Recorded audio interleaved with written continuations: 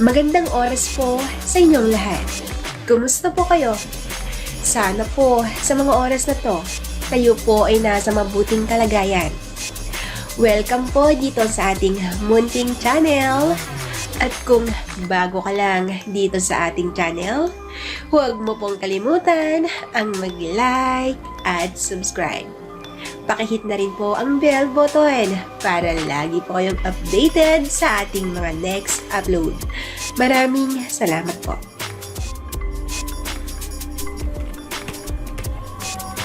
Ngayong oras po na ito, bibigyang daan po natin ang isang istorya ng buhay na tiyak na kapupulutan nito ng aral.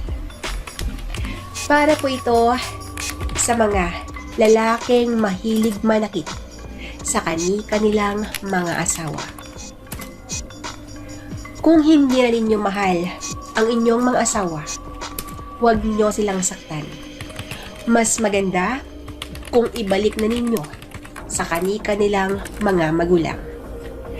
Para po malaman po natin ang kabuuan ng kwentong ito. Atin na pong umpisahan. In 1, 2, 3, let's go!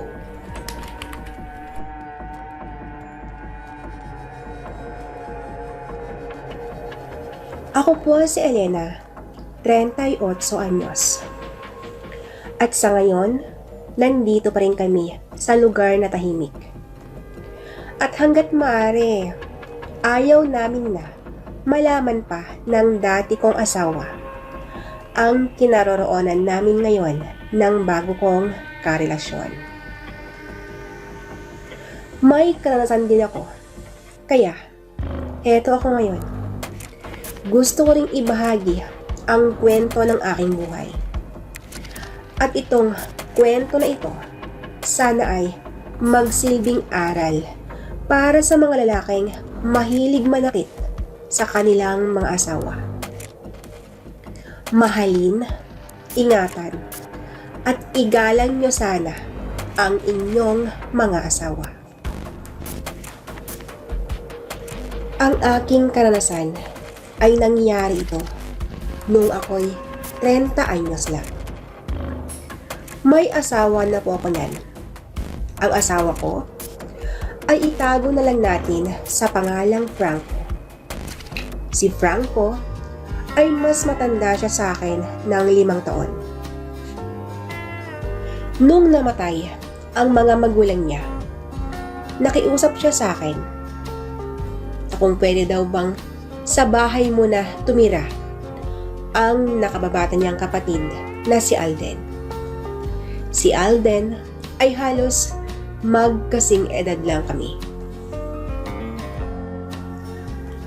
Hindi sana ako papayag noon dahil ang trabaho noon ng asawa ko ay isang ahente. At madalas siyang wala sa bahay.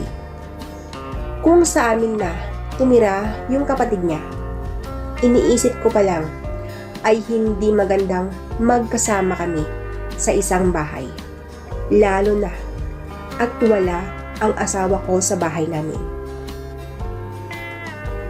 Pero hindi ko naman pwedeng sabihin yun sa asawa ko dahil alam kong masasaktan siya. Kapatid niya yun. Kaya naman, kahit labag sa kalooban ko ang pamamalagi niya sa aming bahay, wala akong magagawa. Nung nasa bahay na si Alden, ang kapatid ng asawa ko, todo iwas na ako sa kanya. Hanggat maaari, ayaw kong mag-usap kami. Mabait naman siya, pero umiiwas na ako para walang masabi ang mga taong nakapaligid sa amin. Lalo na at alam nila na laging wala ang asawa ko sa aming bahay. Kampante naman ang asawa ko pag umaalis siya sa aming bahay. Lagi niyang sinasabi sa kapatid niya na bantayan daw niya ako, baka daw may ibang makapasok sa akin. Pag ganon ang sinasabi ng asawa ko, hindi na lang ako umiimik. Hindi na lang ako nakikisabat sa usapan nilang magkapatid. Fast forward. Pagkalipas ng 3 taon na mamalagi ni Alden sa aming bahay, parang nasanay na rin ako. Dahil wala namang naging problema ang pagtira niya sa amin. Yung ugali niya noon, yun pa rin ang ugali niya nung time na yun. Pero, ang hindi ko maintindihan, yung asawa ko ang biglang nagbago. Dahil nung time na yun, madalas na siyang uminom ng alak. At hindi lang basta inom. Pag nalalasing na siya, lagi na siyang nagbabasag ng mga gamit sa loob ng aming bahay. At pag ganon ang ginagawa niya, nagkukulong na lang ako sa kwarto. Kaya lang, ang asawa ko, pinupuntahan niya pa rin ako sa aming kwarto.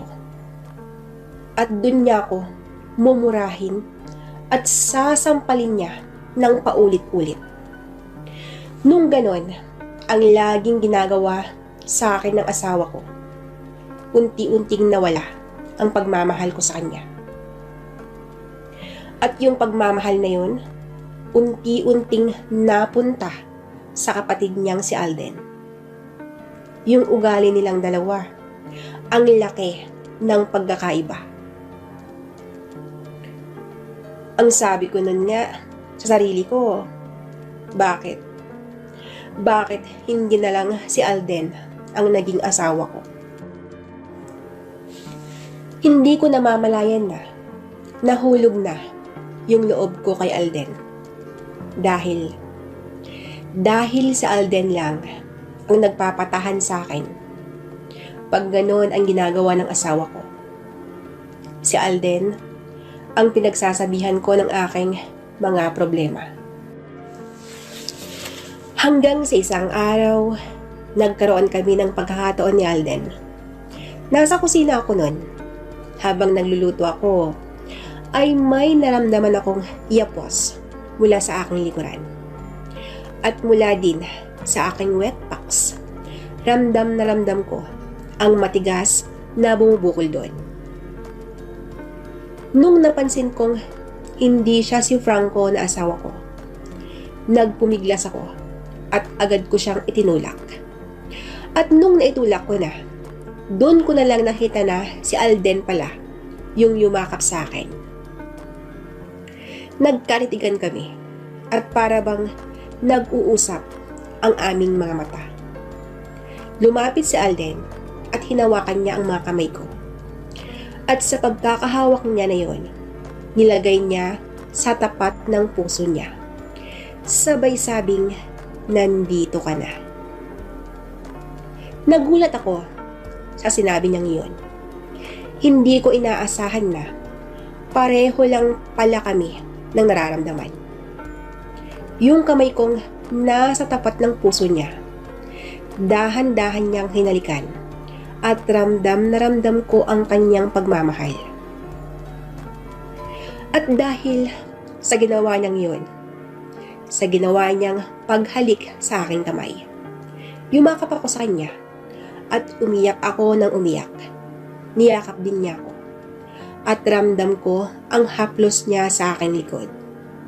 Kasabay ang bulong niya na, huwag ka nang matakot, huwag kang malungkot, nandito ako. Hayaan mong mahalin kita. Hayaan mong iparamdam ko sa iyo na iba ako sa aking kapatid. Huwag kang mag-alala dahil hindi ito malalaman ng walang hiyang kapatid ko. Hayaan mo. Darating ang araw na magiging akin ka na. Sa huling sinabi ni Alden, napapaisip na ako. Pero mas pinili ko na lang ang manahimik. Dahil masaya ako sa oras na yon. Habang magkayakap kami ni Alden, nararamdaman ko ang matigas na alaga niya. Hindi ako mapalagay. Gusto kong ilayo ang katawan ko, pero hindi ko magawa. Dahil aaminin ko, iba yung nararamdaman ko. Sa madaling salita, nag-iinit ako. Alam kong ramdam yun ni Alden. Kaya naman, siya na yung gumawa ng first move. Pinaupo niya ako sa aming lababo. At dun na niya ginawa ang hindi dapat gawin. Oo, dun sa kusina, yun ang unang beses na nagkatikiman kami ng aking bayaw. Nung natapos na ang sandaling yun, nagyakapan kami. At sobrang saya namin nung time na yun. Nung may lihim na nangyari sa amin, lagi na namin ginagawa. Hindi na namin kayang iwasan pa ang bawat isa. Kaya yun, hinayaan na lang namin na magpakalunod kami sa isang makasalanan na gawain. Pagkalipas ng 3 buwan, dito na ako nakaramdam ng pagbabago sa aking katawan. Lagi na akong nahihilo. At minsan, para akong nasusuka. Nung hindi ko kaya na ganon, humiga ako sa sofa. At nung time na yun, saktong dumating ang asawa ko.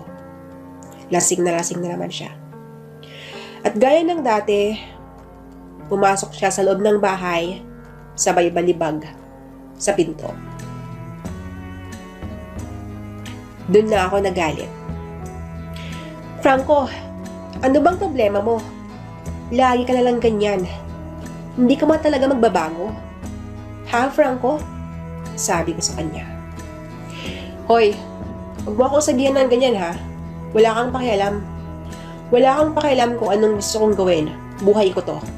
Kung sawa ka na sa ugali ko, malaya kang lumayas, Elena. Hindi kita pipigilan. Ang sagot naman niya. Ganyan na lang bang sabihin mo ngayon sa akin? Pagkatapos mo ang sirain ang buhay ko, ganyan na lang ba kadali ang lahat para sa'yo? Yung palayasin na lang ako? Sige, kung yan ang gusto mo, lalayas ako. At sa aking pag-alis sa bahay na ito, hinding-hindi mo na ako makikita pa kahit kailan, ang sagot ko sa kanya. E di, lumayas ka. Wala ka namang silbing asawa dahil hanggang ngayon, hindi mo pa ako nabibigyan ng anak, ang sagot naman niya. At sa sinabi ni Franco, hindi ko namamalayan ang aking mga kamay na dumapo sa pagmumukha nito. Nasampal ko ang asawa ko sa unang pagkakataon.